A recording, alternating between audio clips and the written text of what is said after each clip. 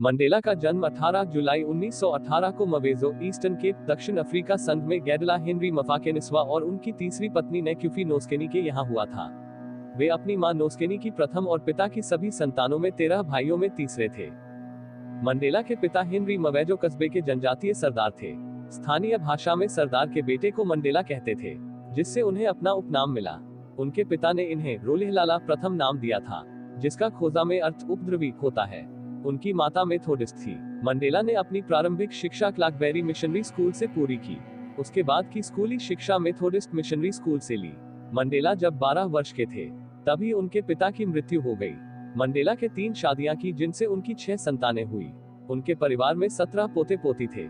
अक्टूबर 1944 को उन्होंने अपने मित्र व सहयोगी वॉल्टर सिसुलू की बहन एवलिन में से शादी की। 1961 में मंडेला पर देशद्रोह का मुकदमा चलाया गया, परंतु उन्हें अदालत ने निर्दोष पाया। इसी मुकदमे के दौरान उनकी मुलाकात अपनी दूसरी पत्नी नोमजामो विनी मैडिकिजाला से हुई। 1998 में अपने 80वें जन्मदिन पर उन्होंने ग्रेस मेकल से विवाह किया। नेल्सन ने 1952 में कानूनी लंगाई लड़ने के लिए एक कानूनी फर्म की स्थापना की। नेल्सन की बढ़ती लोकप्रियता के कारण उन पर प्रतिबंध लगा दिया गया। वर्गभेद के आरोप में उन्हें जोहान्सबर्ग के बाहर भेज दिया गया। उन पर प्रतिबंध लगा दिया गया कि वे किसी भी बैठक में भाग नहीं ले सकते। सरकार के दमन चक्र से बचने के लिए नेल्सन और ओलिवर ने एक एम प्लान बनाया। एम का मतलब मंडेला से था। निर्णय लिया गया कि कांग्रेस को टुकड़ों में तोड़ कर काम किया जाए तथा परिस्थिति अनुसार भूमिगत रहकर काम किया जाए। प्रतिबंध के बावजूद नेल्सन क्लिपटाउन चले गए और वहां कांग्रेस के जलसों में भाग लेने लगे। उन्होंने वहां उन सभी संगठनों के साथ काम किया जो अश्वेतों की स्वतंत्रता के लिए संघर्ष कर रहे थे। सरकार के दमन चक्र के कारण नेल्सन का जनाधार बढ़ रहा था। रंगभेद सरकार आंदोलन तोड़ने का हर संभव प्रयास कर रही थी। इस बीच कुछ ऐसे कानून पास किए गए जो अश्वेतों के हित में नहीं थे।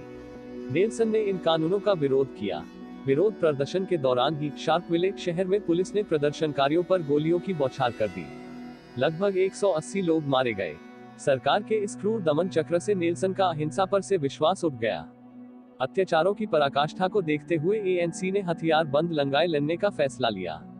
एएनसी के लंगा के दल का नाम स्पीयर ऑफ द नेशन रखा गया तथा नेल्सन को इसका अध्यक्ष बनाया गया।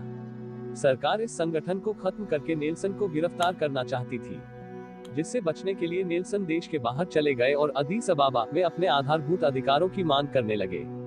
उसके बाद अल्जीरिया गए, जहां गोरिल्ला तकनीक का प्रशिक्षण लिया।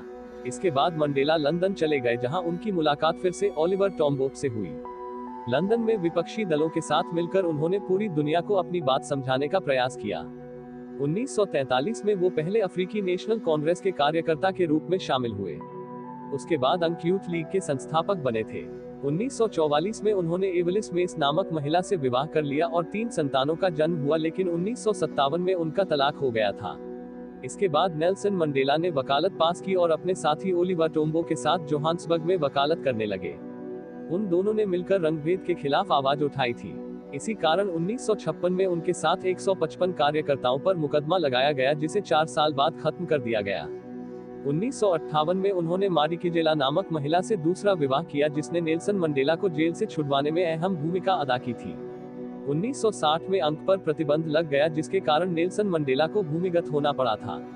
अब उन्होंने देश की अर्थव्यवस्था के लिए एक अभियान चलाया। इस कारण उन पर हिंसक कार्रवाई का आरोप लगाया गया और उन्हें बंदी बना लिया गया। अब उन्होंने स्वयं के बचाव में प्रजातंत्र, स्वतंत्रता और समानता के विषय में विचार व्यक्त किए। 1964 में उन्हें आजीवन कारावास की सजा सुनाई गई। दक्षिण अफ्रीका के लोग मंडेला को व्यापक रूप से राष्ट्रपिता मानते थे। उन्हें लोकतंत्र के प्रथम संस्थापक, राष्ट्रीय मुक्तिदाता और उद्धारकर्ता के रूप में देखा जाता था। 2004 में जोहान्सबर्ग में स्थित सेंडरटन स्क्वायर शॉपिंग सेंटर में मंडेला की मूर्ति स्थापित की गई और सेंटर का नाम बदलकर नेल्सन मंडेला स्क्वायर रख दिया गया। दक्षिण अफ्रीका में प्रायः उन्हें मदी बाका कर बुलाया जाता है, जो बुजुर्गों के लिए एक सम्मान सूचक शब्द है। 5 अगस्त 1962 को उन्हें मजदूरों को हड़ताल के लिए उकसाने और बिना अनुमति देश छोड़ने के आरोप में गिरफ्तार कर लिया गया। उन पर मुकदमा चला और 12 जुलाई 1964 को उन्हें उम्र कैद की सजा सुनाई गई। सजा के लिए उन्हें रॉबिन द्वीप की जेल में भेजा गया, किंतु सजा से भी उनका उत्साह कम नहीं हुआ। उन्होंने जेल में भी अश्वेत कैदियों को लामबंद करना शुरू कर दिया था। जीवन के 27 वर्ष कारागार में बिताने के बाद अंततः 11 फरवरी 1990 को उनकी रिहाई हुई। रिहाई के बाद समझौते और शांति की नीति द्वारा उन्होंने एक लोकतांत्रिक एवं बहुजातीय अफ्रीका की नींव रखी। 1990 में श्वेत सरकार से हुए एक समझौते के बाद उन्होंने नए दक्षिण अफ्रीका का निर्माण किया। वे दक्षिण अफ्रीका एवं समूचे विश्व में रंगभेद का विरोध करने के प्रतीक बन गए। संयुक्त राष्ट्र संघ ने उनके जन्मदिन को नेल्सन मंडेला अंतर्राष्ट्रीय दिवस के रूप में मनाने का निर्णय लिया। 1990 में भारत ने उन्हें देश के सर्वोच्च पुरस्कार भारत रत्न से सम्मानित किया। मंडेला भारत रत्न पाने वाले पहले विदेशी हैं। 10 मई 1994 को मंडेला अपने देश के सर्वप्रथम अश्वेत राष्ट्रपति बने। नवंबर 2009 में संयुक्त राष्ट्र महासभा ने रंगभेद विरोधी संघर्ष में उनके योगदान के सम्मान में उनके जन्मदिन 18 जुलाई को मंडेला दिवस घोषित किया। शिक्षा सबसे शक्तिशाली हथियार है जिससे आप दुनिया को बदल सकते हैं। मैं जातिवाद से बहुत नफरत करता हूँ, मुझे यह बर्बरता लगती है, फिर चाहे वह श्वेत व्यक्ति से आ रही हो या श्वेत व्यक्ति से। विशेष रूप से जब आप जीत का जश्न मनाते हो और जब कभी अच्छी बातें होती है, तब आपको दूसरों को आगे रखकर पीछे से नेतृत्व करना चाहिए और जब भी खतरा हो आपको आगे की लाइन में आना चाहिए।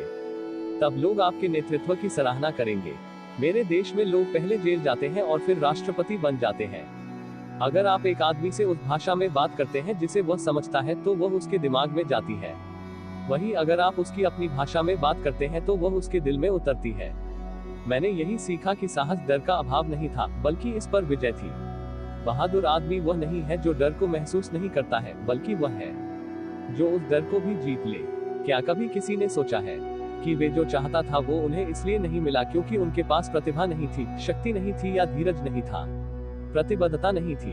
भले ही आपको कोई बीमारी हो तो तब आप बैठकर मूर्ख की तरह उदास मत हो जाओ।